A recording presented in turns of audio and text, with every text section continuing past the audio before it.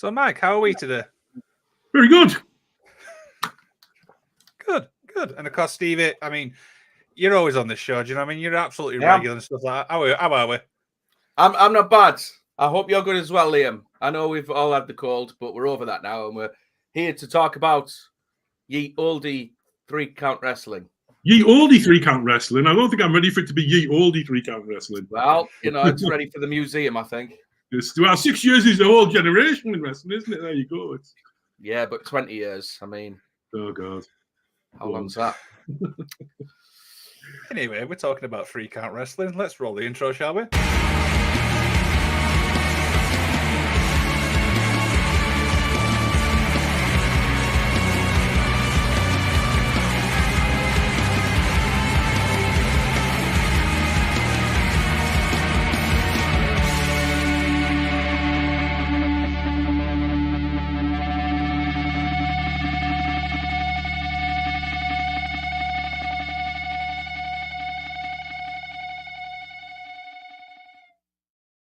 I'm sorry, I can't get that museum question out of my head. The museum question? the museum thing. Sorry, it just really threw me off that. Well, it does belong in a museum. I mean, it was a long time ago, 20 years. It's when 20 years this year was when... It's 20 years. It's a bit, well, about, 20 years. And even though on I don't know if it was the latest logo, if I remember, you put the old EST at the bottom. And I think we put 2003, didn't we? Or was that when we did the first? I think that was the first two. In 2013, we thought it was going to be the final 3CW event. And yes. We made out it was like 10 years in the making. But in reality, the first 3CW event was March 2004. But I suppose if you want to be... Yeah, if you want to be anal about it or whatever. Do we count Blood, Sweat and Beers as a 3CW show? Probably. No, you could. I mean, that's a story in itself. That's probably another show, Liam. But you take us where you want us to take. Mike's the man of the hour. Look, you've heard what I've had to say about my early days in British wrestling. So Mike's perspective is going to be a little bit different to mine, but still the truth, just from a different point of view. From a certain perspective, yeah. I'll tell the listening audience, all two of you, now that my memory is notoriously dreadful. I can just about remember what I am here. So if I contradict Stevie, he's probably right. And that is the only time you'll ever hear me say that. I appreciate that. Awesome. So yeah, obviously we're talking about 3CW, Mike. So let's obviously start at the beginning. Talk about starting up. How did obviously all that come about? Oh God, right. Okay. So there was a bunch of us in Teesside who there was a bunch of guys that were originally backyarders. They started messing around in a gym hall in gym mats and wanted to be wrestlers. There wasn't really a lot happening in the Teesside area. I think there was attempts at a school somewhere, but nothing that we'd heard about at the time. There was a couple of the lads who actually, I think the lads, I'm not going to name them because it's not fair because they won't be listening, and they weren't involved in 3CW, but there was a couple of lads who didn't want to join us in 3CW who found the Cream of Wrestling School, which was Adam Brown, the Wild Thing. And they went to the school, they went to learn to wrestle and got some of the basics down there. And it was a bit of a... It got to the point whereby we didn't think that there was going to be Cream of Wrestling shows, and the guys wanted to. There was no outlet, I suppose, and we went to a local indie. We took the show in and thought, why can't we try and do this foolishly or not? You know what I mean? And it sort of went from there, but it was never sort of me, Mike Groom, decided to go and run wrestling shows. That wasn't what happened. It was a group of us who wanted there to be local wrestling, is what it boiled down to, and we decided to try and make that happen. And obviously, it lasted a lot longer than any of us expected it to. I think there was a quote from the first year from someone who, again, I hope he's well, and I'm not going to name him, but from outside of our circle, who had said, they'll be gone by, it'll be finished by September. And if you meant September 2024, it's definitely finished now. But it lasted a bit longer than that. So I think we're proud of what we achieved, aren't we, Steve? Are we proud? Yeah, I think that was a condensed version of pretty much Very what I said. condensed. For the first, the first interview I did with Liam, I think I covered a lot of that ground. Yeah, So you've I think confirmed what I was saying there, and there was some great wrestling events at the Middlesbrough Town Hall. I do. Oh, absolutely, but that's not what I'm saying. Yeah, yeah, there weren't progressive event, no, I'm not even saying that. There were great shows. It's just it wasn't. It was a national touring company. I'm not. It wasn't. It was exactly completely above anything we would have done at the time. I'm not citing that at all. We used to go to those shows. They were great. I think it was it Conway back in the day used to run it. Was Scott Conway? It was the Wrestling Alliance, wasn't it? It was the WF Superstars tours that had started in the late 90s, hadn't they? And they'd gone on to the early 2000s, and whenever because we saw Marty Jannetty at the Town Hall and Earthquake and Bushwhacker. You saw Earthquake? I missed that one. Yeah, it was good. But that was the first time I met Robbie Brookside. Was at the Town Hall, and those shows. I'm not we're not saying they were terrible. So we would they were great shows, but they would come once a year or once every so often, and it wasn't an outlet for. So the guys, we had a crew of local guys who wanted to give it a go and had gone and got some training and it wasn't that, was it? And that was what we were. And I think there was a lot of that at the time as well. Because when you look at that time period, there was a lot of little promotions sort of shooting up, and we weren't even unique in the Northeast. To be fair, you know what I mean? You had a few in the Northeast at the time. WZW, you had IWF.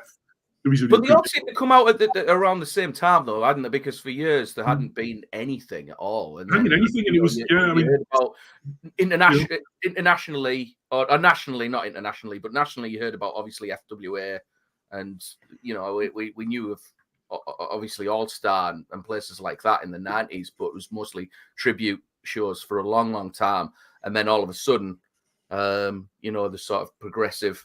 I always call them progressive just to explain that, the follow on from each other in terms of storylines and things. I don't know if that's, how you would. I know what you mean. I'm not sure I would phrase it the same way, but I do know what you mean. Yeah, you get what I'm saying, though. Regional companies. Yeah, regionals maybe a bit. Yeah. Even if they were full of guys that had no business being there. Oh God, absolutely. We didn't have any business being there at that point. Absolutely not. I mean, from my perspective, adding a bit of colour that Steve won't have added. Like from my perspective, I went and did a bit of wrestling training and realised, not long afterwards, that I was never going to be a wrestler. Apart from anything, I wasn't. I mean, I'm in better shape now than I was then. You know what I mean? And I'm 45 now. So, but it was just one of the cases. I realised I didn't have the. I didn't like the attention enough. I was more too introverted for it, and I didn't want to be the centre of attention. And you soon realise that it's a job and you're an entertainer, and it's like it's not something I saw myself doing. But my role ended up being facilitating, I suppose. I was seemed to be the one that was sort of making things happen, and that progressed into me basically running it, not on my own, and certainly not for much of 3CW. I mean, Dan Richardson isn't on this the podcast, but any time we discuss 3CW, Dan Richardson name has to be linked to it as well. Dan was a large part of what drove 3CW back then, and it wouldn't be right of me not to acknowledge that. But it was a crew. It was a team effort. It always was. The second time round, not so much, but the first time round certainly it was a team, wasn't it, Steve? It was a group of people sort of trying to make something local happen for local people. It was kind of DIY sort of punk rock, wasn't it? It was like we didn't know really what we were doing, but it was like it was figuring out as we went along. But at the same time, I think there was a need for, and forgive me if I'm wrong for saying this, I think there was a need for legitimacy, especially from yourself, because you started contacting a lot of the places that we ended up being involved with. I'm interested in asking you here today. I don't know how many times we see each other in the month, Mike, but just asking you off the bat, from the early days, I remember Stevie Knight coming in and doing the training seminar. Dan Richardson knew Doug Williams already quite well. I don't know if that was. I think that was a connection through Adam Brown, wasn't it, from Cream of Wrestling? I remember Iceman was a Cream of Wrestling as well. But from there, you got in contact with like the likes of Conscience in Scotland with the SWA. I think Magic in the Midlands. Go on. I think Magic was via the MPW was via the SWA or SCW as it was. My recollection of the Scottish connection was that I think it was Kenny from SCW who contacted us. I think it was that way around. I think it was looking to reach out to us. I think that's because I mean, I'm not going to pretend I knew everyone. I didn't know anyone. So how did he know us then, Mike? Because I don't even know Liam. He's seen it on the interwebs back in the day or something like that. I think it was, and I think he dropped us an email, or I think that's how that ended up starting up. Right. Because we were at the last SCW show, and then it became the SWA, and it was Peter Conscience who was running things, and obviously that really grew from there. And obviously, but at this point, the 3CW had only ran like twice, right, or something like that. It wasn't much. No, it wasn't. It was the first year, wasn't it? Yeah. Yeah, we had a lot of good memories of. We used to go, monthly to the SWA shows at that time, didn't we, Steve? Yeah. And we'd sell our DVDs, and they'd come to us, and we'd have some of our guys be on their shows, and then we'd book some of the talent there. And they had a lot of really good guys, and a lot of guys that have gone on to do much more in the business as well. You should mention Grado at this point before we get to it. And I know we're jumping all over the place, Liam, and I don't mean to, but this is early years of Three. This is still 2004. No, that's absolutely fine. I'm quite happy just to listen to you guys talk. So take it away. Well, Grado was Camp Dunbar, wasn't he? He was in the tag team. It was great. It was great. And of the two, right, and he won't mind me saying this because it's funny more than anything, I suppose. But they're both really good guys, and I know that Mikey, who is Glenn, I think he still wrestles now, does he? Or does he not now? I think he does still wrestle. I think I've seen his name pop up a few times. Yeah, and he was always very, very good. I always thought they were both good. I thought he was very good. It was once said to me by someone about Grado, and I won't name them because it's not fair to say, But, said to me that they said long before he was ever Grado and he was ever who he is now, that he could be really good if he just took it seriously, and he was more interested in his band than he was wrestling. And they were wrong. Well, I mean, were they? Because he went on. Did he take it seriously? Well, he went. I don't know the story with it. I know obviously it was Mark Allister and ICW where he became who he is now. But absolutely top fella though. I mean, he came back and worked for us, didn't he? And he was a really good guy. And he once there was the one 3CW show that Stevie did not attend. Couldn't attend. I can't remember why. I think you were. There was two actually, but go on. The one I remember was that we used to do a show for a karate group who's the guy's daughter was trained with us, and we used to for a few years we did their award ceremony and they'd have a wrestling show, and it was quite a big deal, this karate group. And so that they'd have a good crowd with their friends and family there. And there was one of these shows where Stevie couldn't make it, and I was never that comfortable with the idea of doing anything without Stevie being there as with the role he played. But on that one, with it being a show where we weren't, it wasn't a paid audience in the traditional sense of the word, and we needed an MC, and it was actually. I'm pretty certain at that point it was Big Damo, Damo Mackle, who that is Liam, right? Killian Dane, right? Yes, I do. Yeah. And I'm pretty sure it was him who he'd said, well, if you need an MC, then let me bring down Graham.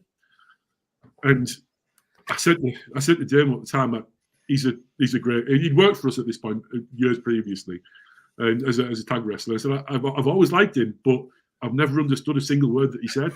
And that's a problem in the northeast of England. In the northeast, and he's going to be the MC. Glaswegian accent and everything. And Damo said, "Look, just trust me that it'll be fine." And you know what? I mean, I don't need to tell you that he was absolutely fantastic. He did a great job.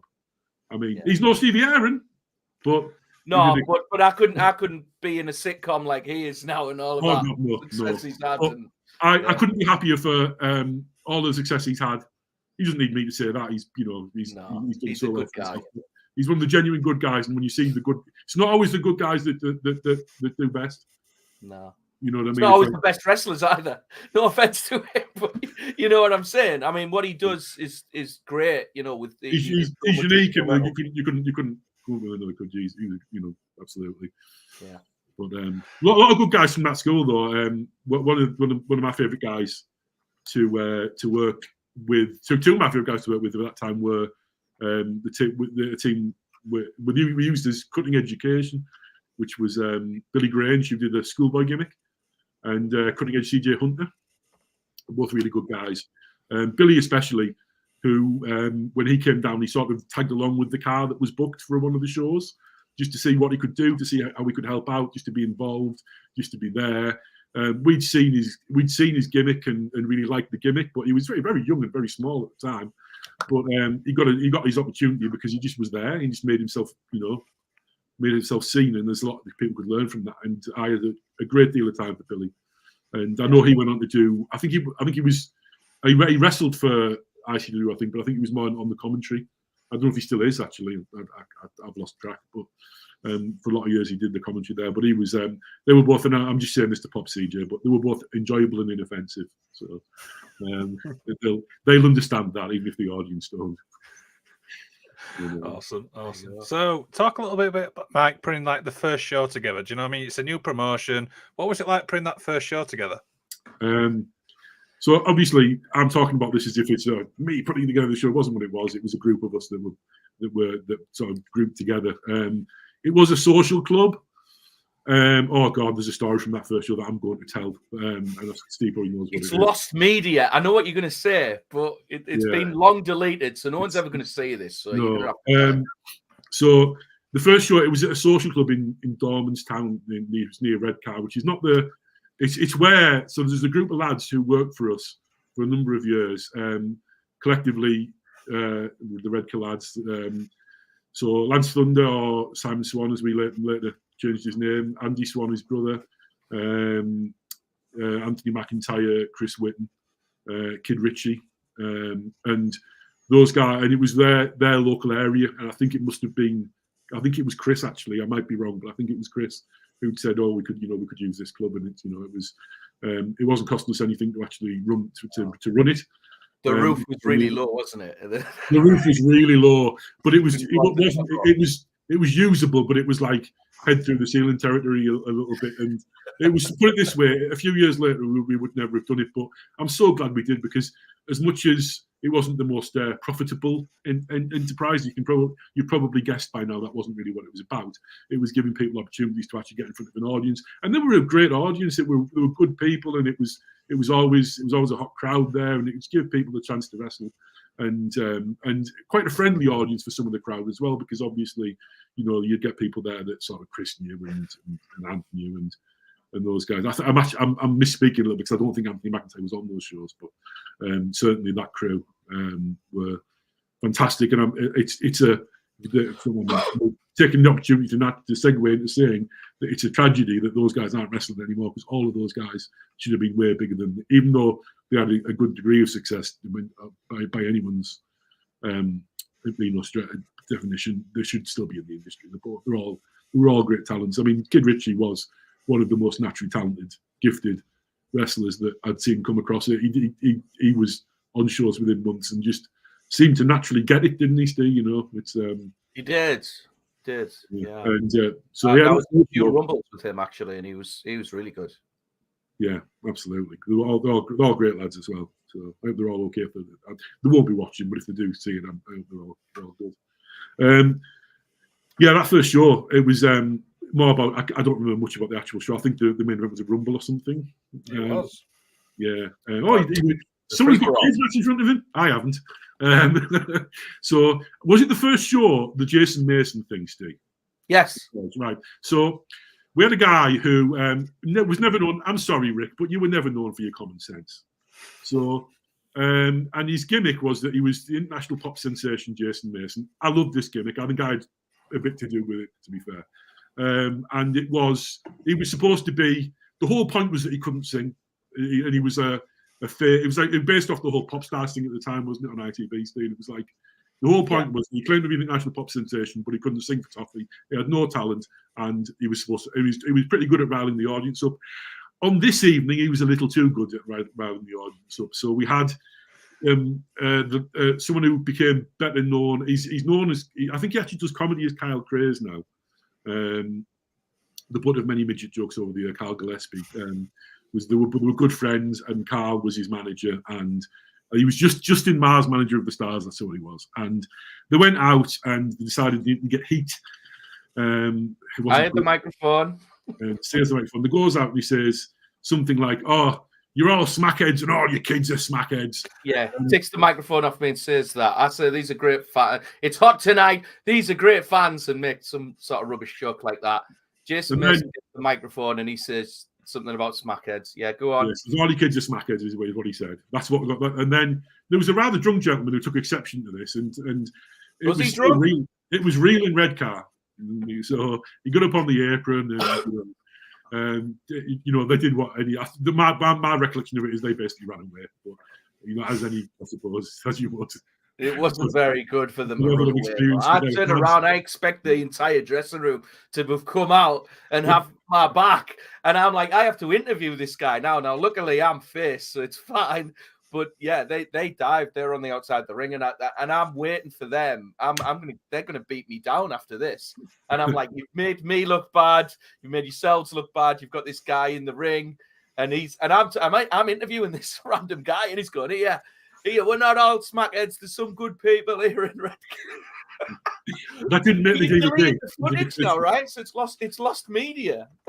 Yeah, I don't want to get any. There might be footage of it somewhere. I don't know. Really? We'll have to look for it. I'm not very good at I've never been very good at, and I regret this actually, but I've never been very good at keeping mementos of things or keeping archives of things or anything like that. I don't like. I remember when one time that we were. One of the times we had a training school, and they were setting up a training school on the outskirts of Hartlepool. It was a really good unit. It was probably the best setup we had, and it was Dan Dragonizer, Dan James Ridd Dixon, whatever he's known as these days. Dante, that's it now, isn't it? Dante. It was Dan who was the head trainer there, and he'd done a really good job of setting this up. He had a little office there, and I went in and I'd seen him set it all up, and he had posters from all the shows over the years all around the walls.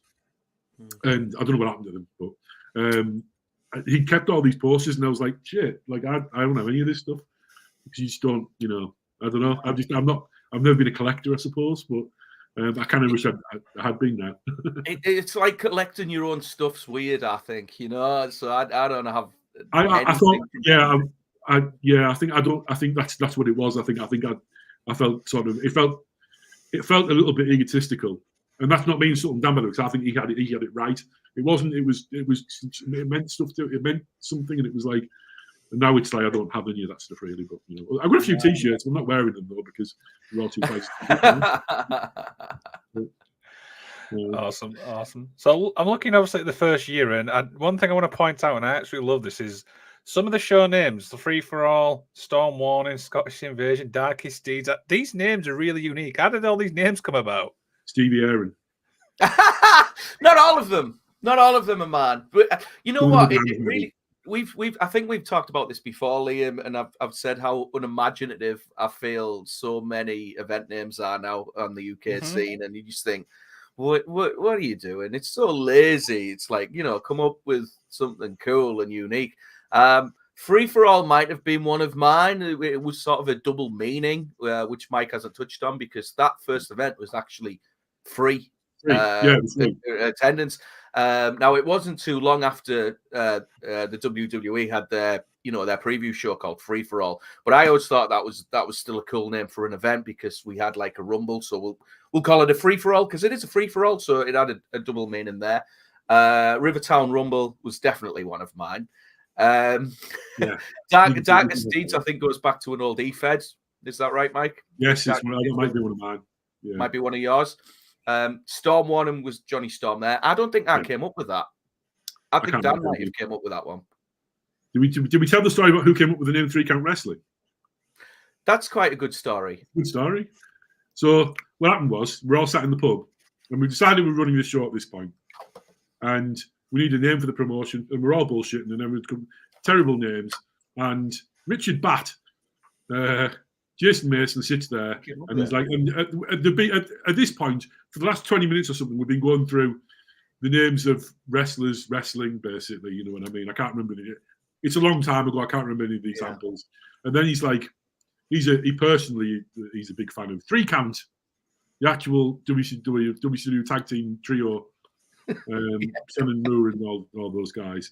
And he says, 3 Count wrestling, and thinks he's hilarious. And then we're all thinking, actually, that's completely accidental, but that's not bad. I'll take some credit for that, because I went back to him when actually, because it's 3 counts, isn't it? You count 3. It has multiple meanings. But yeah, it was. You're right. It was Jason Mason that came up with it, and it was because he was trying to be funny. Yeah. And,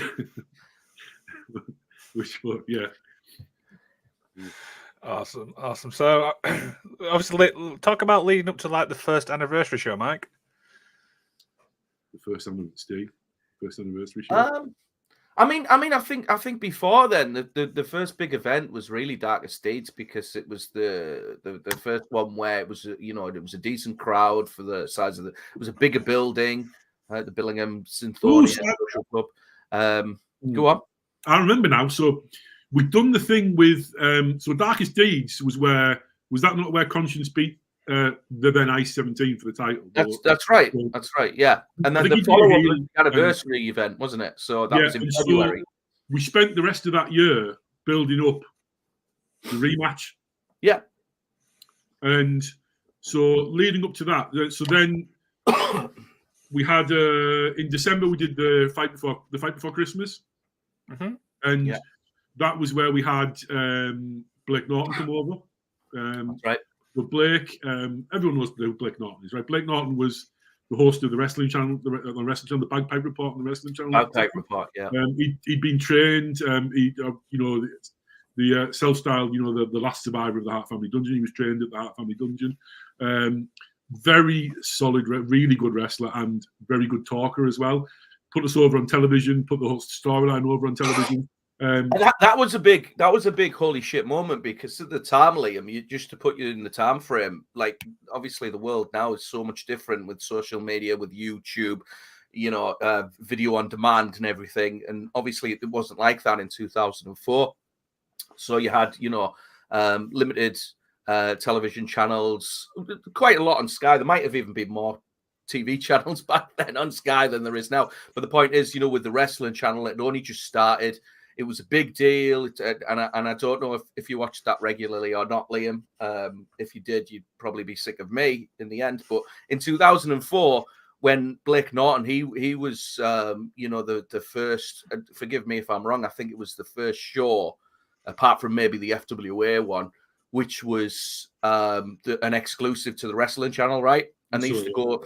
And it was just Blake Norton in a studio, and he'd run down the events of the week in worldwide wrestling and everything, talk about WWE and TNA at the time and everything, but not so much the indie scene in the UK. So for him to actually acknowledge that he's going to face one of our wrestlers, and he's going to be there at the fight before Christmas, was a big.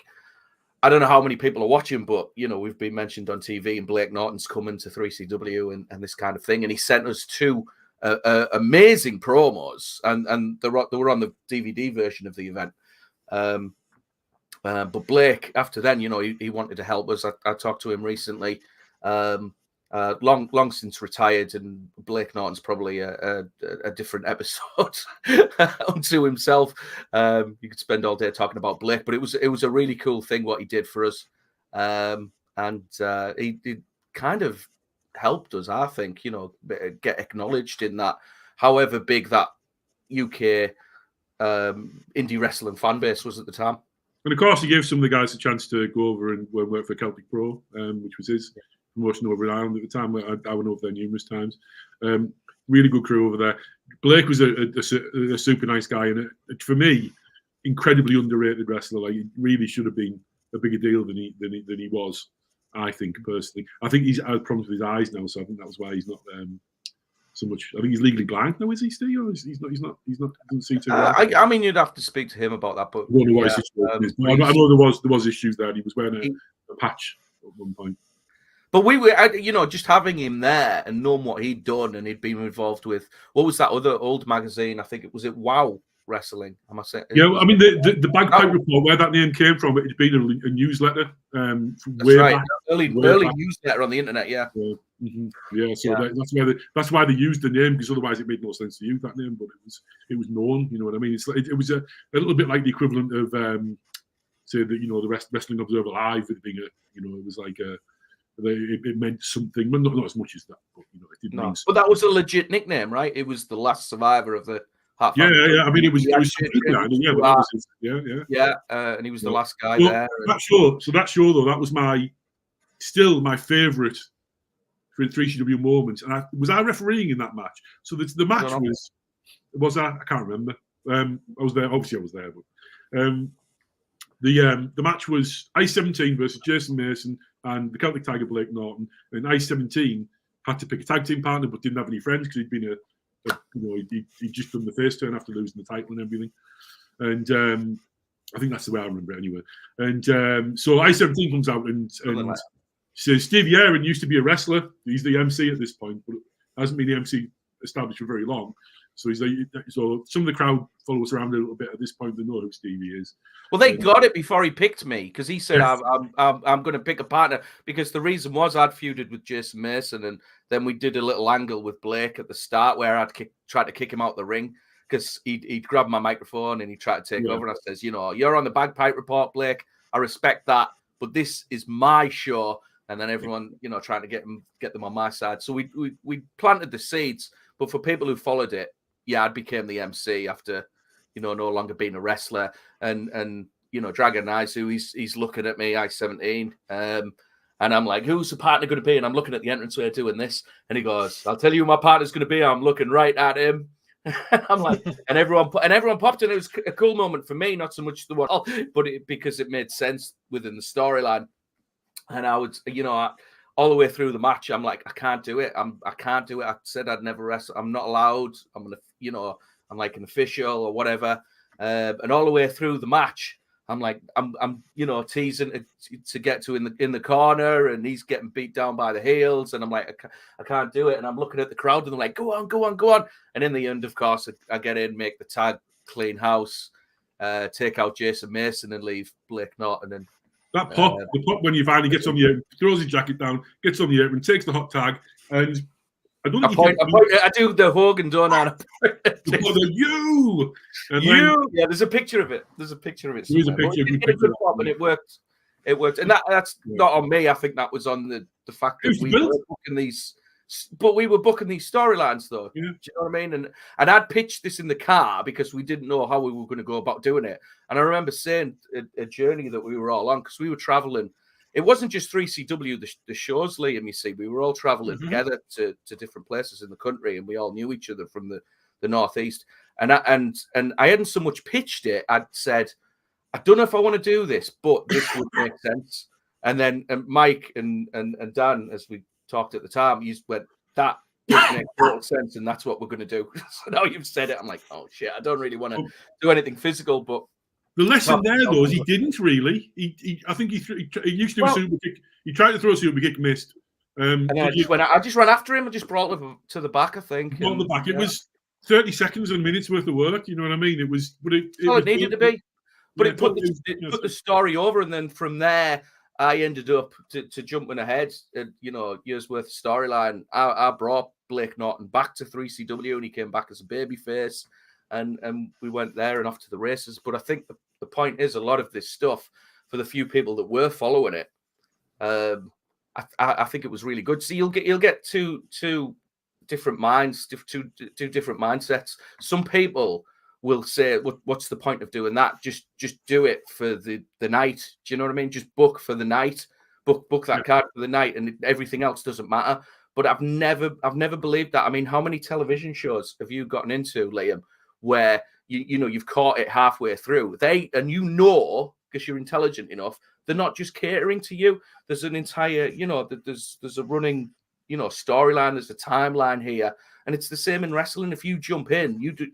I don't think it's. I think it's kind of dismissing the audience's intelligence if you just say, "Oh, this is just for the night." I think if it's part of something, "Oh, this happened on the last event. This happened before."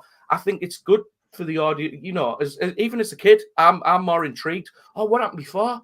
Oh, that's interesting. What's going to happen tonight? Do you know what I mean? As long as it's not too complicated and you leave them, it's not lost. What's the best way of trying to describe it? I think there's a balance to be had, and I'm not saying we always got it right, but the balance for me is I like my audiobooks. I'm listening to a series of audiobooks, like a compilation of audiobooks. It's 4 books in a set, and so I'm listening one after the other. And because I'm listening one after the other, I'm really enjoying the story, and I know all the characters, and I'm getting I'm about 3/4 of the way through it, and I'm getting more out of it because I'm listening to the whole thing. But if I jumped into the 3rd book, it's well written enough to the point whereby I would have still enjoyed the story because it describes to me everything I need to know for that particular story. And well, it's on my wall. Star Wars. What's that? It's like episode 4, and it was like the biggest film ever. Do you know what I mean? Yeah. It's like, well, we're not quite as big as Star Wars, and we weren't anyway. You know what I mean? No, but you know what I'm saying though. Like there was the biggest film ever, and we jumped in, and when people seen it, they didn't know all the Jar Jar Binks and all that. Yeah. But you see what I'm saying? You see what I think it's these days. I wouldn't what's the word? I wouldn't discredit the intelligence of my audience, is what I'm saying. I think an ongoing storyline it's good. It's good stuff. What happened last time? What happened last year? It's interesting, isn't it? What does it cost? You know what I mean? Yeah. Anyway, there's so many tangents there, Liam. I'm sorry. Yeah, it's fine. I'm happy to just listen to you guys speak. So so in other words, the first year the build was to that rematch, and they did the rematch, and then I-17 defeats Conscience, and it was really good. I mean, the crowd certainly bought into that. I should point out, we haven't talked about Conscience much. He is a very big man. He had the what they called the things in the eyes, the white the contacts. Not contact, the like fake contacts are that make your eyes. Yeah. He got no pupils or something. And he was a big scary man, big scary Glaswegian fella, and obviously I-17 was the underdog, and then he obviously won the title at the anniversary event. I think it was the NWA Scottish title versus our title, and the first one was it was the legit NWA Scottish. Yeah, Scottish but by the second time, I think he might have second lost time was just for the 3CW title. But Peter, fantastic. I mean, one of our favourite people to work with. Super intelligent guy. Really put a lot of effort and time into his gimmick, and I think he's gone on to do. He did some cooking things as the Pirate King, but he now does stand-up comedy in Glasgow, in the Glasgow area. So not that anyone from Glasgow is going to be listening, but if you are, then look up the Pirate King. But wasn't he on Bake Off or something? It could have been. I tell you what, he did over lockdown. He was doing the like a cooking thing on YouTube or on the internet somewhere. And I cooked along with a couple of those things, and he's a clever, he's a multi-talented guy. I think he's got a doctorate or something as well. I know he's very highly qualified as well. Didn't need to be doing wrestling. You know what I mean? Well, there you go. Absolutely. So looking through obviously the next few years, you obviously work with some promotions and stuff like that. IWF, that's the first one which comes to mind. Talk about that. Oh God, right. So with the IWF lads, where we did the co-promotional stuff, there was an opportunity to. Did it come about because there was an opportunity to bring Raven in, and Raven had like a date. No, that came afterwards, didn't it? It was because we were going to do the cross promotional thing. We had I don't know if you worked with IWF before then. No, that was going to happen. You did the angle before then. I can't remember exactly how that. You did the angle before then. Yeah. I think it might have been that they booked some 3CW guys, and then I went up with them, and we got talking about doing. We ended up doing 3CW versus IWF show, which was in Acklam Garden City in Middlesbrough, and then we did an IWF versus 3CW show at the church they used to run in Gateshead, was it? Or, yeah, they ran really good little setup. Very small place, man. Both were, yeah. Well, not dismiss them, but it was a bit of madness that we then Raven becomes available and Alex Shane gets in touch, and Alex and Raven both ended up being on the show. I think the main event was, I can't remember who was in it from our it was a four-way. So you had Ice 17, 3CW guy, Assassin was their guy, and then Raven and Alex Shane. Yeah, I just want to say, as an aside, I know Assassin still wrestles, and I know that he'd hurt his neck recently. And just I hope he gets well soon. You know what I mean? It's no one likes to see that. Well, I was going to say, Mike, as well. The guy behind IWF recently passed away, didn't he? He did. Eric Scarborough was his gimmick. He used to be a comedian as well, apparently. I didn't know. Yeah. Until Lee Kyle told me recently. Les was his name, and he was I believe he was the Avery's dad, so he was Sean and Youngster's dad. I'm sorry, I don't know Youngsters other than his gimmick name. But he was instrumental in the formation of MEW, right? Because we did commentary for the first MEW event, and obviously they're still running now. Yeah. And a lot of the first MEW show, Dan Fitch would probably tell you better than we would, but was a lot of IWF talent as well. And also probably the show that Pac sort of broke out from. I think so. He worked that show and he worked some of our shows, and people saw him, and it was like, you know. But yeah, you know, Les was a good guy in terms of what the setup they had. IWF always felt like a bubble. I hope they don't mind me saying that, because I don't mean it as a negative. But they had a load of the guys there, and we always had a regular crowd there at the venues that they ran, and it felt like there was a bubble there. And you had a few guys. You had a lot of really talented guys. For everyone that broke out of the bubble, your Pac. There was a little Dragon Craig, who we knew from back in the day anyway, and he was Pac's mate. He should have done better. My God, he could do, as far as the gymnastics are concerned, he could do everything that Pac could do. Yeah, he was phenomenal, Liam. If you would have seen, and we did actually book that match, didn't we? And it was Remembrance Day in 2007, and it was Pac. If you can see it anywhere, watch it. And they were good friends, Pac and Little Dragon, who I changed his name, if you remember, to the Last Ninja, because he started getting the whole ninja get up and things. It was a bit. It was Shinobi, very Shinobi. Very Shinobi, but holy shit, some of the things he could do. He was years before his time. If he came along now, he would fit right in. And that's not a knock on modern wrestling. I'm just saying, you know, the more sort of athletic style. Like, you know, I don't think it's any exaggeration that if he came around at a certain point and stuck with it, I think AEW would have been all over him as much as Pac. Yeah, but no, it's not a knock. I remember we went for the IWF versus 3CW show. I remember we went up there, and there was so many. They had so many guys, and we didn't have enough people to sort of match them one for one, did we? No, it was one of the matches. I came back for that. Yeah, you actually wrestled, didn't you? I think, was that show not Cameron Crazy's debut as well? Because he'd not wrestled. It may well have been, yeah. And he trained before, though. Cameron. People might not know the name now. He was around the British scene quite a lot up until 8 years ago, something like that.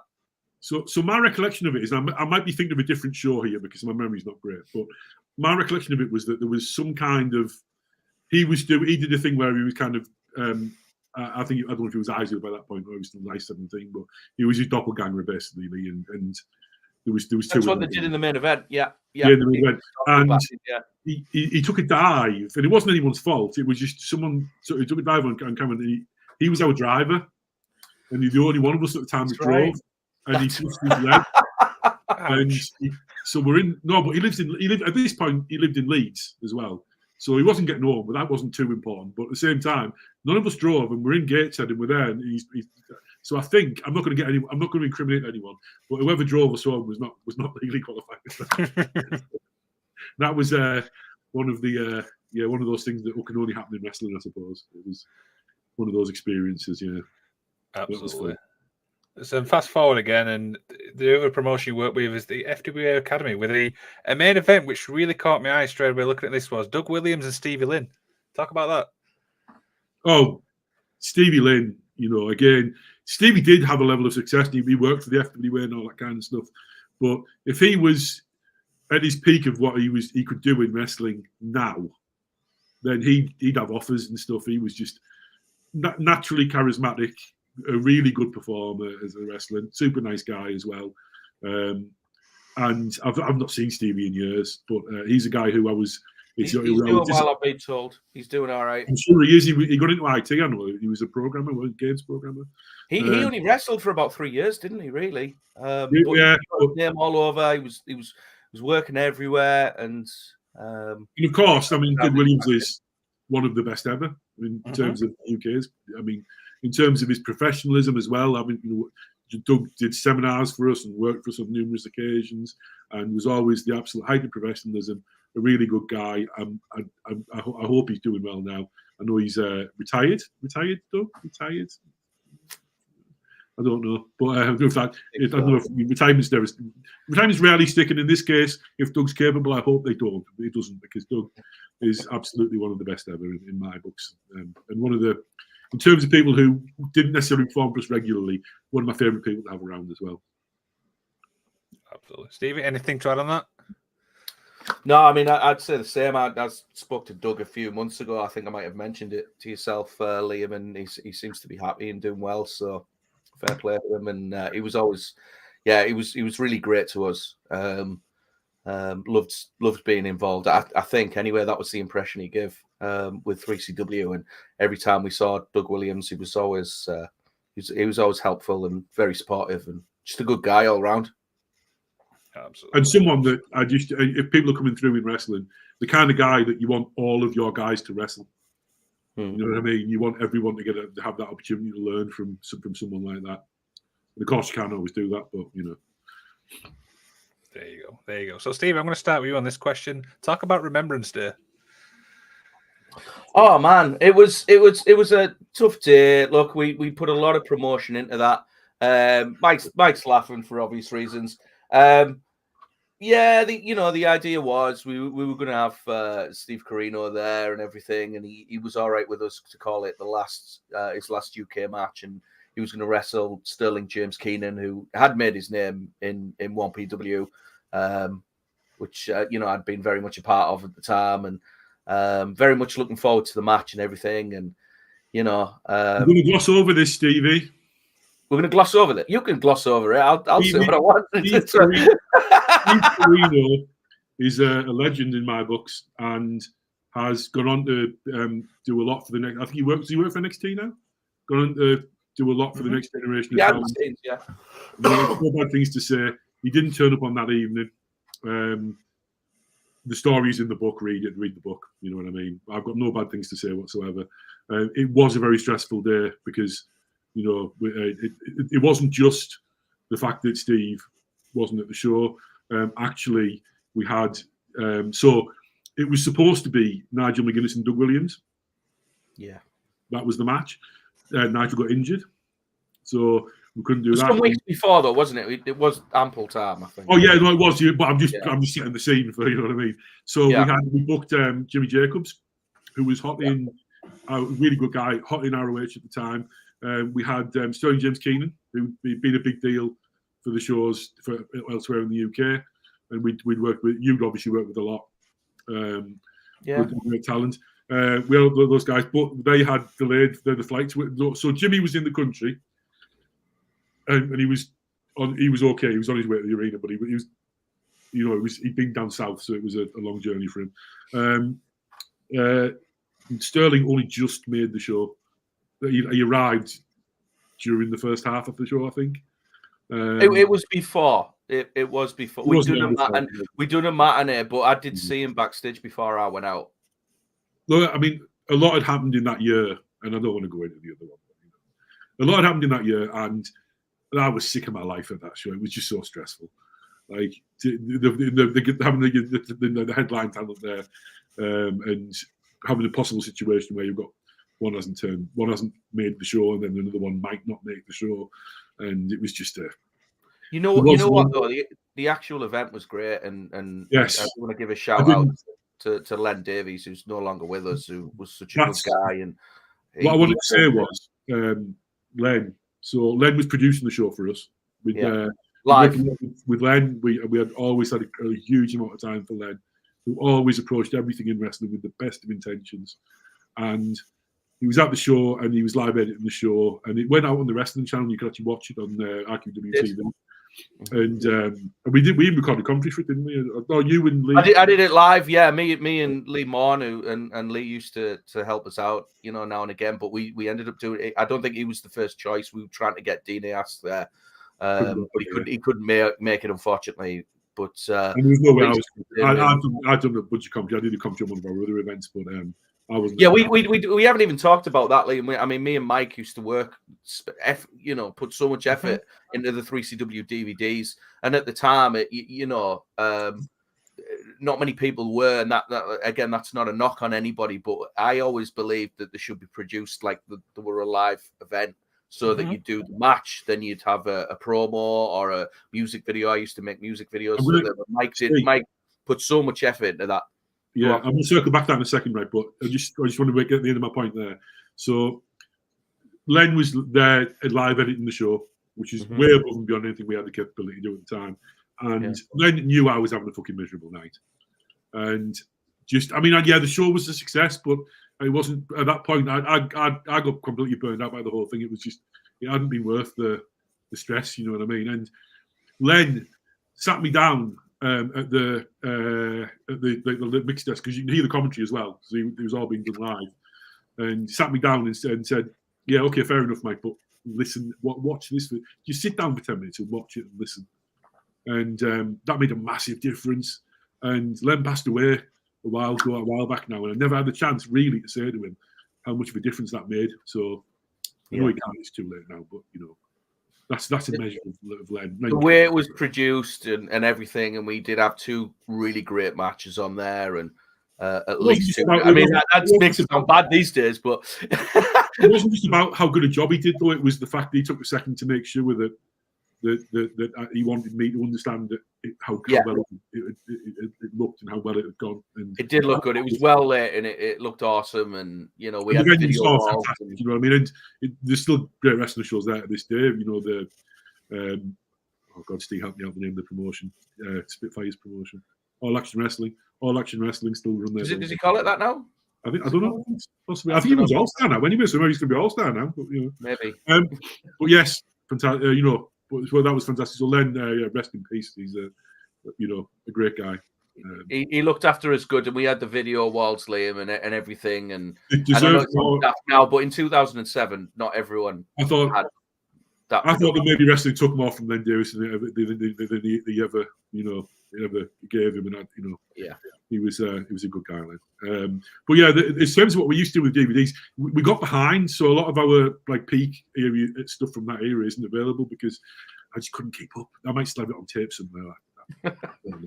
It was just we didn't have the capability to live edit anything, so I was cutting it together clip by clip, and I'd do the edit, and then Steve would do the video, the promotional videos, and that'd take bloody ages as well. And because we'd have to get the footage across to Stevie, and Stevie would edit it, and then we put it all together, and then we'd do the copy, and we'd have to sync everything together, and it took so fucking long to do. We did a bunch for GPW as well, and there was that one show at GPW where you were at ringside, and it was JC Thunder versus El Ligero, and covered in blood, and there's blood everywhere, and we were like, there's a story behind that, but we'll talk about that maybe. What I was going to say, the reason I mentioned GPW was one of the favourite things we did was the return. Yeah. And it was Robbie Brookside versus Johnny Kidd. All British rule style match. It was just an education. It was fantastic. Both fantastic guys. Great match. I remember after the show, went backstage, and I was wearing a NoFX t-shirt, a green NoFX t-shirt. Now, you need to know the lead singer's name in the band to understand this, but Robbie Brookside is a massive fan of punk rock, and Robbie knew straight away, and it wasn't obvious from looking at the t-shirt, Robbie knew who the band were straight away. So Robbie, I I'm saying goodbye to the crew. I think Lee Butler was still involved at that time. I'm saying bye to the crew, and everyone's saying bye. You know what I mean? Heresy's there and all those guys.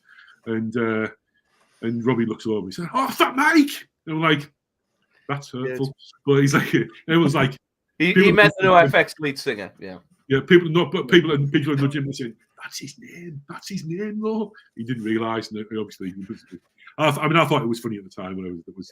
Claudio Castagnoli was on that show. Yes, he was. Was it not the Swiss Money Holdings? It was when he was in Swiss Money Holding. Yeah. Yeah, well, that theme music where it was the first few bars of Sledgehammer, and it was just so effective. It was cool. We're going off on tangents, Mike. I think the point is we did pride ourselves on the production of 3CW, and yes. And thank you, Len Davies, for obviously putting out our matches on the wrestling channel. And thank you, Johnny Brannigan and Lee Butler. Lee Butler, who was also passed away, for giving us the opportunity to work on those shows. Sorry, that was a cat. That was a cat. For those shows as well. Anyway, Remembrance Day was good. Oh, for as it came out. Yes. Yeah. As a life experience, miserable, but as an event, it was great. So before we talk about coming back or just from hiatus and obviously the final years and stuff like that, Mike, looking through obviously all your cards and stuff like that, there's been some incredible talent on there. Martin Kirby's one, Rampage Brown. I mean, the list is absolutely endless. How many talent you obviously, even the ones we see today. There's a few. So I'm sorry, I missed the question there. Just talk about obviously the other talent you've obviously used obviously on the cards.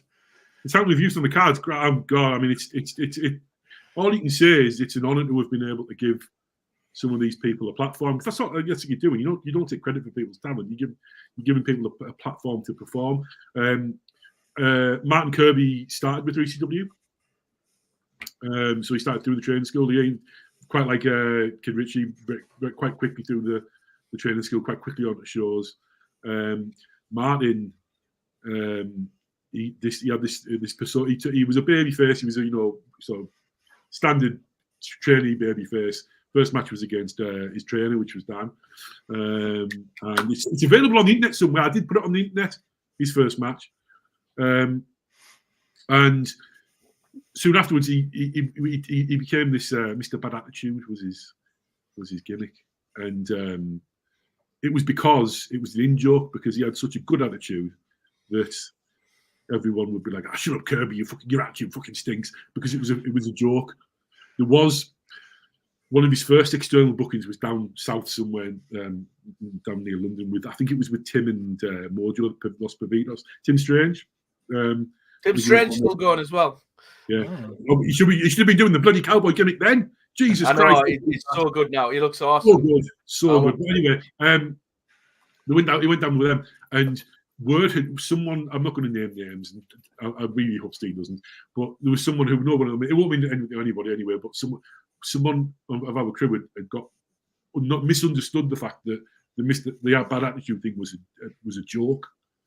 And the promoter down there said, "Oh, I almost didn't book you." Says the man, "I almost didn't book you because I had your attitude. You had a bad attitude." He lived the gimmick. It was a fucking joke. It was the, you know what I mean, Martin.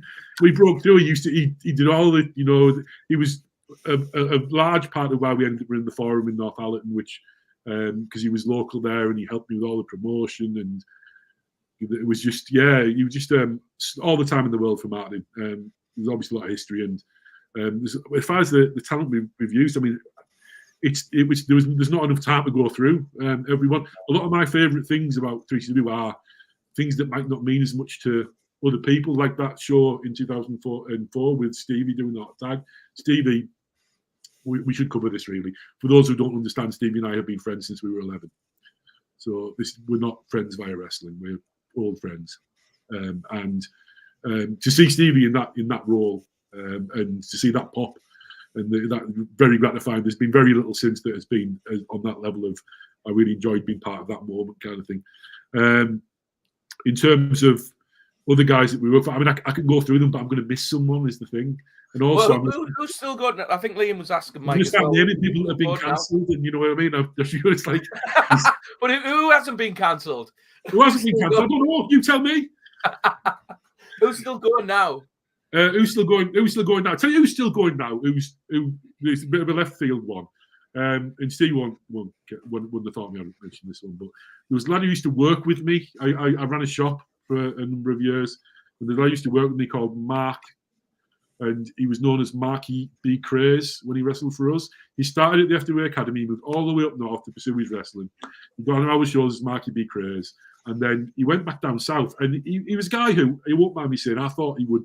He moved back down south. I thought it would fizzle. I just didn't think he'd, I didn't think he'd stick with it, because the problem he had when he was in the up north is that he came up north and then he found himself living on his own, and obviously he had to maintain his flat and his life, and he couldn't necessarily always do the same amount as some of the other guys did in terms of getting around and things.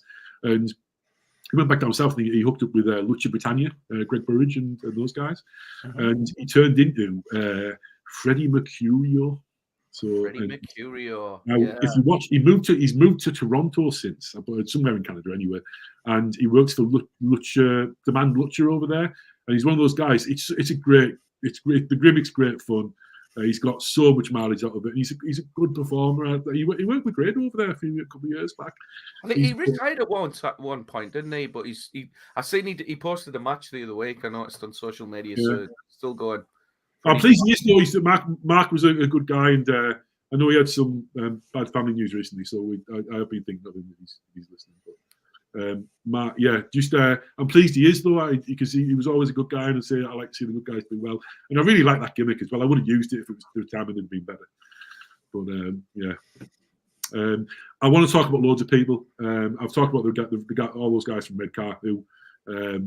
The opportunities we gave them, I was always pleased to be able to do so, and I'd like to have seen them. What you should do is, the boys, is get back in shape and get back in the ring is what you should do, because none of you are too old. They're not watching this. Because they might be wondering if I'm going to slag them off, you see. Maybe. But the guys, when you're talking about the talent though, it's very easy for me to say it was an honour to work with Takeshi Morishima and the guys from Noah. And when they came over, well, it was not all apart from one who I won't name. But it was such a great experience to have those guys there. There was all kinds of guys all around the UK, and if I start trying to name names, I'll need cage match, and we'll be here all night, and it'll get boring. But the thing about running a show like 3CW is it doesn't happen without the people who don't get all of the attention and the big name and the and all the hype. There's people in 3CW that were there at nigh on every show, that a thankless task of helping us either ship in or ship out, helping us run the show, helping us security, helping us on merchandise. All of those people are the people I still remember and I'm thankful for these days. To name a few, Keith Porter was a guy who super hungry. Feed him less. Was a guy who wanted desperately to be a wrestler. Never quite got as much. Got to where he needed to be, and I think his sort of health situation wasn't as good by the time he did get something that worked. But he was at so many other shows and then helped out so much. And I've always been thankful for Keith's help. Andy Harris, who did numerous jobs for us. Stevie's wife, Laura Matthews. I was going to put her over later, but yeah. Laura, who was just an absolute, is an absolute legend. Could not have done it without Laura. And of course, Claire Millward, who we've lost contact with now, but was always extremely helpful.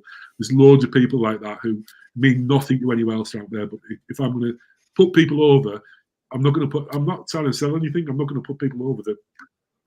You know how much I appreciate everyone that worked for us. Absolutely. But those people are the people that deserve more recognition than they actually got. So those are the people that I want to mention. And there's loads more as well. There's Jordan Whitten, Chris's younger brother, who did all the sound. Absolutely. I mean, like you said, there's so many great talent. We could be here for another literally 2 hours talking about who's obviously worked for you guys. Those are the people I wanted to put over. I'm done. Next question.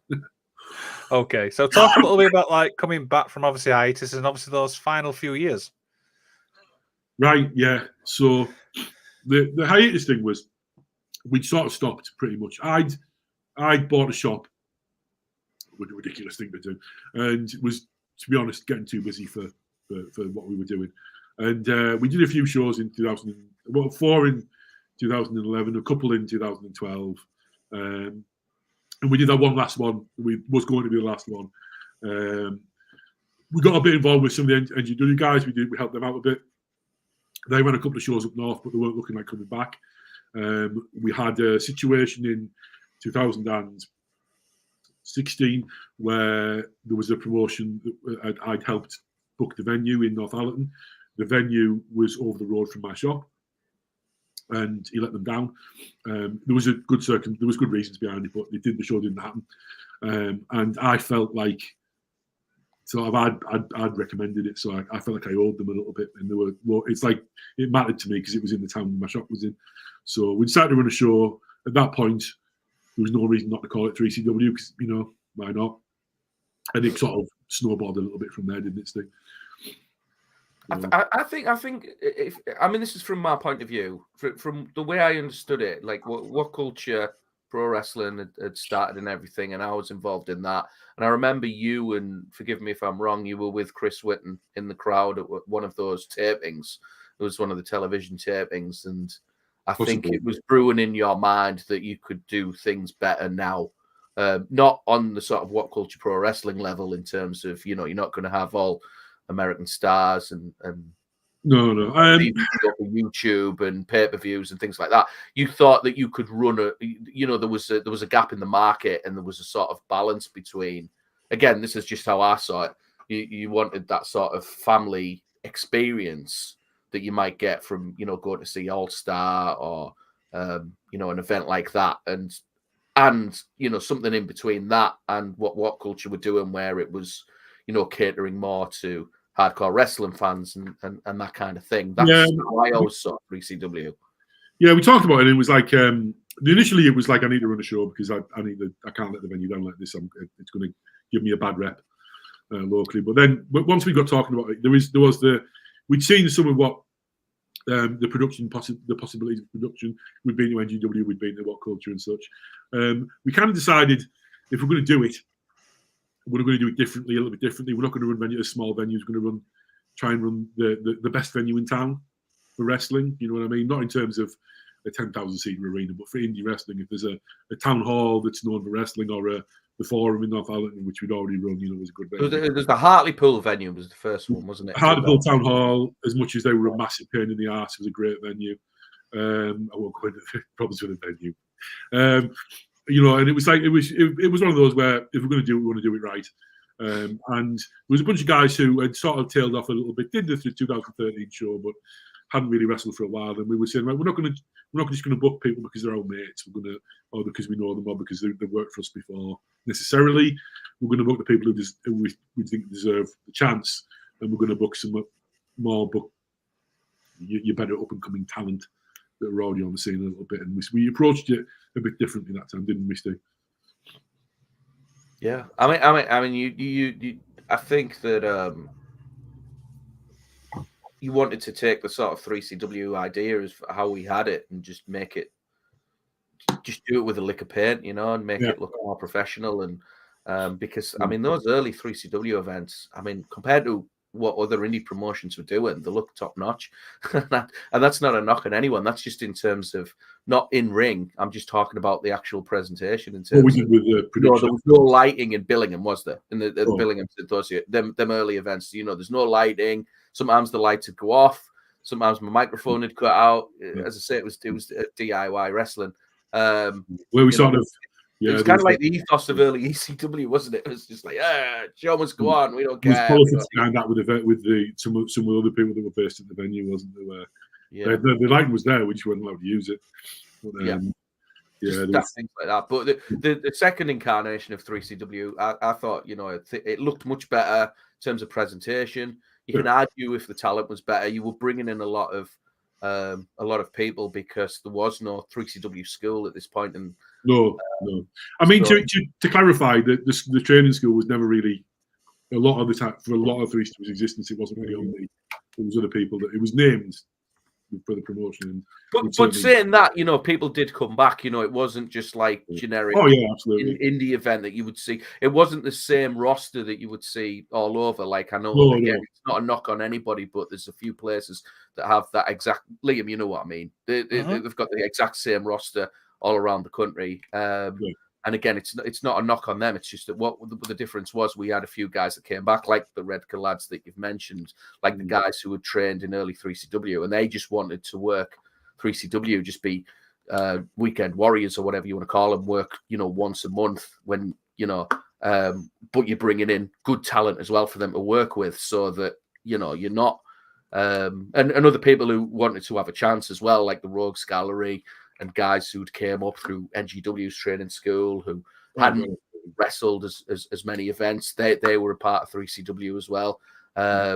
You know, and you were able to showcase certain people. And for me, just to, you know, jump ahead, I think, you know, we give a good, you know, there's guys like Ace Matthews who I think got to develop, you know, with his crew, with Benji and Dave as well, and that really took off and became something else. And I think, you know, I know Benji's spoken to yourself, Liam, and we've put Benji over before, probably more than he.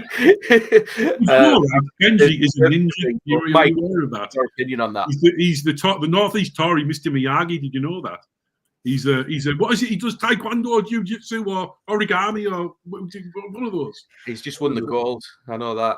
He's won more gold in the bloody martial arts than he has in the wrestling. Although he's won that as well with Zero Knox, who was coming through back in the day, but not quite there when we were running. But I know he would, not to speak for him, but because he's told me he really appreciated, you know, the storyline, the things he was involved in with 3CW, and it sort of revitalized him as a fan. So Ben was the guy who we'd met him at 1PW, but I didn't remember him.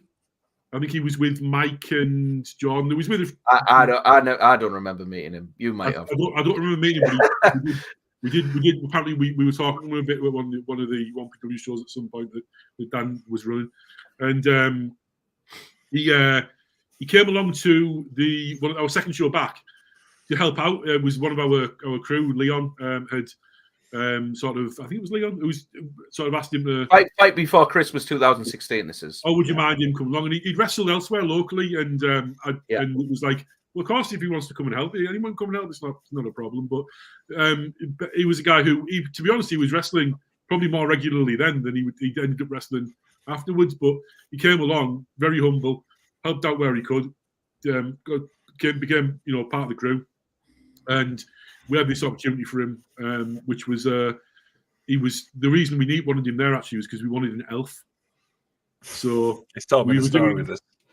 Yeah, so we were doing the Christmas Chaos match, which is I'm very proud of personally. What everyone else probably has a different opinion on it. Stevie hates this, by the way, which is why I'm pointing. But this one was my idea. On this occasion. Yeah, but we've done it before. You see, we've done it before. So the idea is anything that is festive is legal.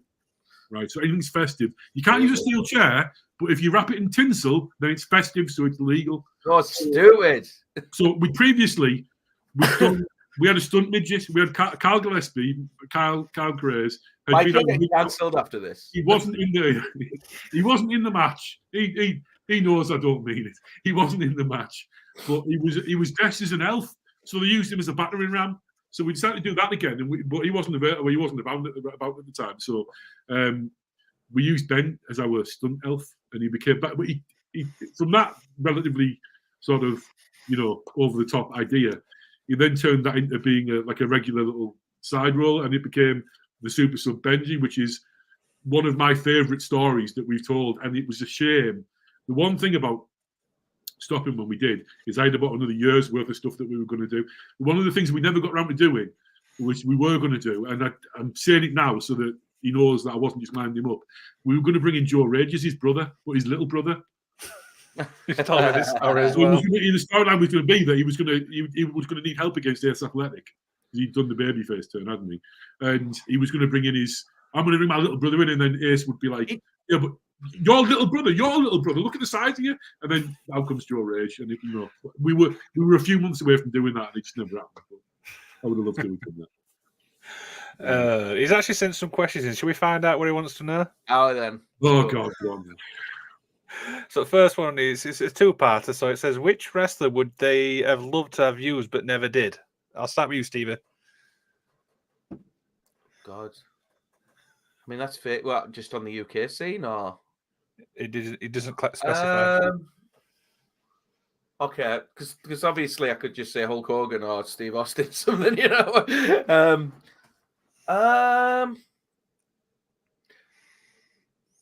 There was. I don't know how much of this you remember, Mike, but I remember talking about this. And wasn't Lawler going to tour or something? Wasn't he going to come over, Jerry Lawler? Do you remember this? You're giving me more credit than you should from my memory. Vaguely. I mean, you know, I don't want to just talk about imports though, but I just seem to remember something about that, and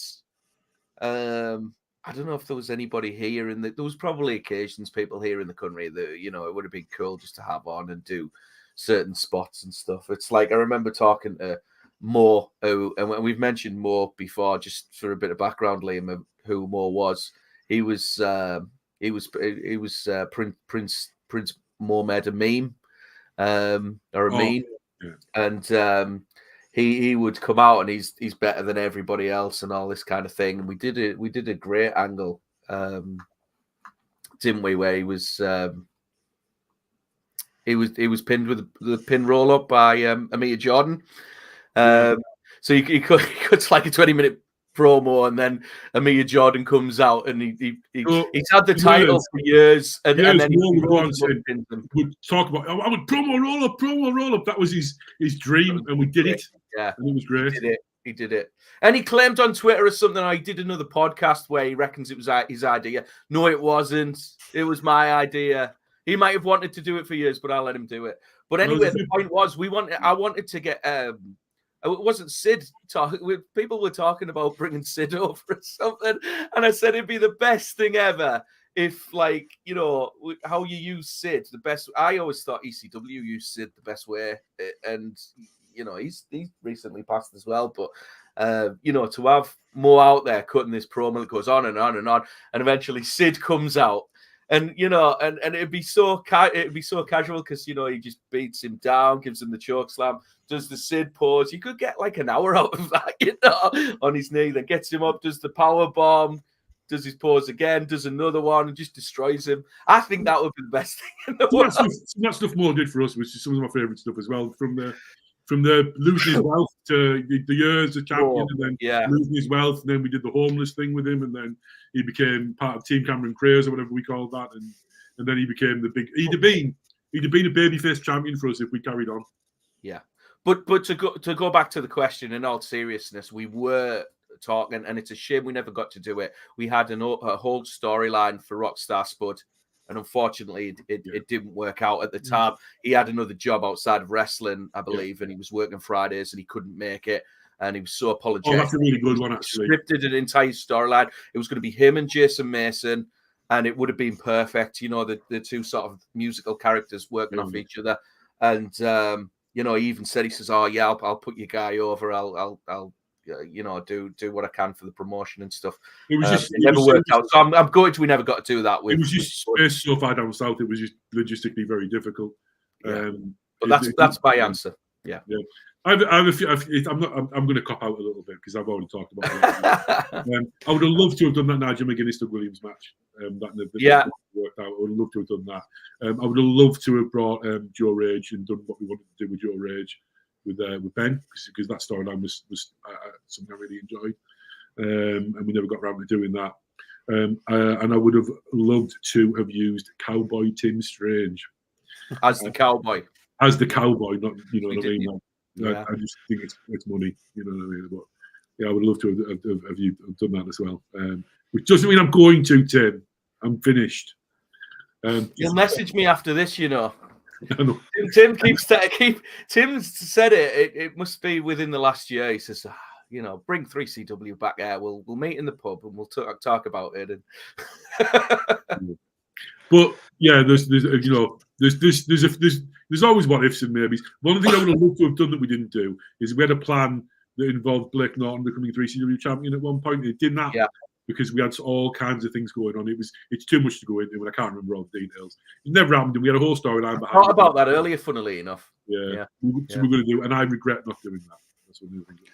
Absolutely. You kind of asked about storylines, Stevie, but you've kind of touched on obviously storylines and stuff like that. So there's no need to obviously go into that. This last question I thought was an interesting one, which was, who was the best kept secret for 3CW? The person who wasn't known nationally, who should have been? The best kept secret. That was his name. Wasn't known nationally. And it was Macca, wasn't it? It was Anthony McIntyre. That was his gimmick. That was his gimmick. Was the best kept secret. Not known though.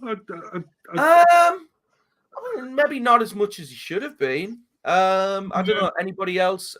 We've mentioned obviously Craig. Andy Swan. Andy Swan. Yeah. Andy Swan should have been a much. He was training with us since he was. He'd been training to be a wrestler since he was so small. He was about 14 or 13, but he shot up. And I remember because we didn't. Simon didn't work for us for a good while, and I think Andy had been going along some of the shows with him, and he'd refereed a bit. And I hadn't seen Andy in years, and I saw him at this one show, and he was about a foot and a half taller than he had been previously. I was like, Jesus Christ, what's happened to you? They'll always see him as little Andy, you know what I mean? But Andy could have been much bigger than he actually ended up being. He could have had a much better run than he actually did. I would think that's. I mean, there's probably a few people like that, to be honest. There's a few people that come into mind now, early sort of 3CW trainees and things that did. I always appreciated Mr. 50/50 Dan Evans, that he put in the effort himself in terms of his gimmick, his attire, coming up with a gambler gimmick, having the cards, and coming up with little nuances and things that he did in the ring. Same with Ben as well. Vincent White, who for how much progress he made. You know what I mean? And the match they had as well. I hate to mention critics and things and people online, but UK Hat Guy, who still, I understand goes to events all over the country and things, and reviews events and whatnot. Oh, we like Ben, don't we? Hey? We like Ben, leave him alone. Yeah, do you like him? I don't know him enough. But anyway, the point is he gives their match a hell of a review. Mr. 50/50. And it was at one of the anniversary events. And Ben as well, just in case that was who you were talking about in the first place. Gangster Ben Harlan, GBH, who I was going to mention him. I wasn't. That wasn't. Maybe you were right. You might have needed to have been to get bigger, but was just so got it. He got it. Understood. Him and Chris Cannon as a team as well. Chris Cannon, Cannon had issues. I know Robbie. He'll be watching, by the way. So I just say hello, Robbie, because he's involved with production now. But he was one of the trainings involved as well. Jack. I remember. Island Jack, yeah. But a lot of the guys, the early guys when we started, Matt, who's doing really well as a musician now. Yeah. And he wrestled and he was referee as well. Carl Eden, who was good for. If it wasn't for him, we might not know Pac. He was good friends with Pac. I don't want to leave anybody out. There was a lot of guys that maybe were around only a few years, Liam, but obviously I don't want to be that guy. Who should still be wrestling now, so I don't know what happened. But Andy O'Sullivan, who was a bit too late to the scene to be when we were. He was recently doing an Oasis gimmick. Yeah, arcade. Yeah, he wrestled in wrestling in Newcastle. He's still young enough to do something with it, so he should get on with it and get back to training. That's what he should get back. Yeah. But there's lots of guys. I don't want to forget. I'm going to stop now because I know. I think we've covered a good chunk there. Absolutely. But just the messages I get now. So one final question, obviously, to wrap up obviously this interview and stuff like that. Mike, the legacy obviously of 3CW, when you look back, what's the legacy for you? I just hope we give people opportunities who deserve those opportunities, I suppose. I hope people had fun. We ran until The end of 2018, we probably should have ran until about the middle of 2018, but that's another story. And yeah, I mean, I just hope that people have good memories of it. If it's about legacy and things, it's a difficult thing. It's like one of the things that I was always proud of is we ran Billingham for a number of years, and I remember we went back in 2017, and we were postering in Billingham, and there was someone working working in one of the shops who, I used to come to this with my granddad, and we were when I was a kid, and it made me feel incredibly old. But it's like there was a generation of fans who, in that particular area, who grew up watching our shows, and that's really cool. Not as much as anything is it's really cool. So that's all. The people like that having good memories of the shows is all that really all I need to know in terms of legacy. Okay, Stevie. Yeah, just to echo what Mike said, in a way, if you go around Teesside, there might be other groups running and things, but when people mention 3CW, there's a certain fan base. There's certain people who used to go to those events and sort of cherish them and see them as something more than they were. Because of us, they got to see people who might be stars in the big two, so to speak, now. And they've seen Noah wrestlers there, and they've seen Doug Williams, but they remember our guys as well. I know Chris Whitten's one of the names that's regularly said to me, when I do this all over the country, even now, there's a few people who do still associate me with 3CW, and I thank Mike for that. For if it wasn't for 3CW, I wouldn't be working. I wouldn't have never worked for Impact, and I would never have done these big events all over the country and all kinds of stuff. So for me, and rather and I get it, because you sort of it's I see it as it's something we share, I think, in terms of you see it as your baby, as your creation, so to speak. So maybe I did put more effort in when I was announcing sometimes for certain matches, or putting over certain people in 3CW, and working on the production side and doing commentary. I mean, that's one of the other things I wanted to touch on. When we did production the second time, and it was much better and everything. We were recording it as if it didn't go out live, but we were recording it, live at, doing the commentary at ringside, which I always thought was cool. And we had Tom Campbell in, and we brought in different people and things like that. But for me, yeah, just a lot of memories. There's a lot there, Liam. To summarize it, it'd be impossible, as you've seen from this show. I don't know anybody that would have learned anything from today, but right, there's two things. Right, no one's ever going to interview me again, because it's 6 years after I last been on the show. So there's two things I want to get in. The first thing is, right, that this man up here, I'm pointing where he's on my screen, is the best ring announcer in the country. If you are using another ring announcer, you are using someone who is not as good at the same job. No offense to anyone else. No offense to anyone else. It's a high bar. If you're not using Stevie, you should be, especially if you run locally. And I'm aiming that someone in particular, and I'm sure he will be watching. So there we go. But having said that, he would have been an amazing manager, and we never did it because he was too good a ring announcer. So if anyone's not using him as a ring announcer and doesn't need a ring announcer, I did it elsewhere. But a little bit he did, but not very much. So you should, but someone give it that a chance, because that'll be money. He's a great promo. It'll be a lot of fun.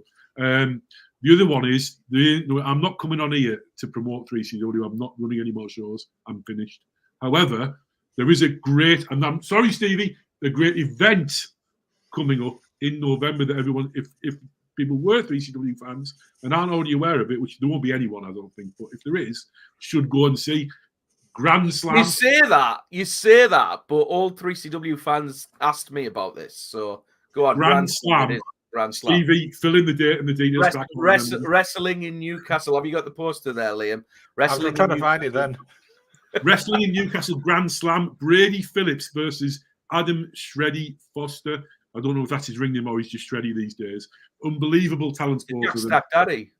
Just the Jack Stack Daddy, back from big in Japan. He's big in Japan. By big Japan, he's big in Japan. He's big in the Northeast, and probably, in my opinion, likely to take that championship from Brady Phillips. You heard Oh, it here you'll fix first. it. Well, we'll have to I'm see. going to take my kids to this show. I haven't been to a wrestling show in 5 years. I'm going to this show to watch Shreddy and Brady Phillips and all the rest of the crew. And I'm sure it'll be a great event. And it's worth remembering. It is the 16th, Saturday, the 16th of November. It is during the day at 2 o'clock. 2 o'clock. Make it. I've got a 9-year-old and a 4-year-old. As a parent, perfect. There you go. And don't forget, on the 7th, we were doing a review show for that as well. We are. A preview show. Well, pre-event. I put pre-event, but you still shout at me. Excellent. Pre-show. It is a pre-show in that context. Okay. Oh dear, this has been an absolutely incredible chat, guys. I hope you've had a blast. So I need one more thing for you before we obviously head off. So tomorrow I'm talking to the one and only Iceman. Oh wow, nice one. So the question I've got for you guys is: have you got a question for the man himself?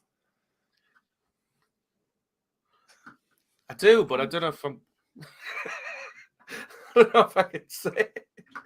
You know what? No, in all seriousness, I'd really love to know how he got involved, not as a fan, just got involved with the sort of deathmatch scene and everything. And I'd love to hear. From Iceman, what I'd love to hear is, I know that Jack Harrop has become a really promising up and coming talent. Oh, he's awesome. He looks so good. He looks so credible in what he's doing. I'm really glad to see. And I remember Jack being at the shows as a little kid, and he's always around it, and it's really good to see him. He's awesome. Well, it would be good to hear to Iceman talk a little bit about Jack's progression in wrestling and how he's come through and such. And because Iceman, fantastic talent. Remember that match he had with us against El Ligero, Stevie? It was superb, and he's a great deathmatch wrestler, but also didn't need to do that either. He doesn't, and I mean that's a story for another day. But he really doesn't need to do any deathmatch stuff. I don't think. I think he's underrated as well. I'm not putting it down. I'm just saying he could do either. I know what you're saying. Yeah, the guy can work, and it's such a credible, tough looking, and all this stuff was lays it in. He's legit. He's all the way, and I think that'd be an interesting thing to talk about. Would be the progression of his son within the industry. I'm sure we'll see a lot more of Jack in the future as well. Absolutely. So I will put them questions obviously to the Iceman tomorrow. Stevie, as always, it's an absolute pleasure, my man. I will see you obviously on the November the 7th. Mike, hopefully you've had a blast, my man.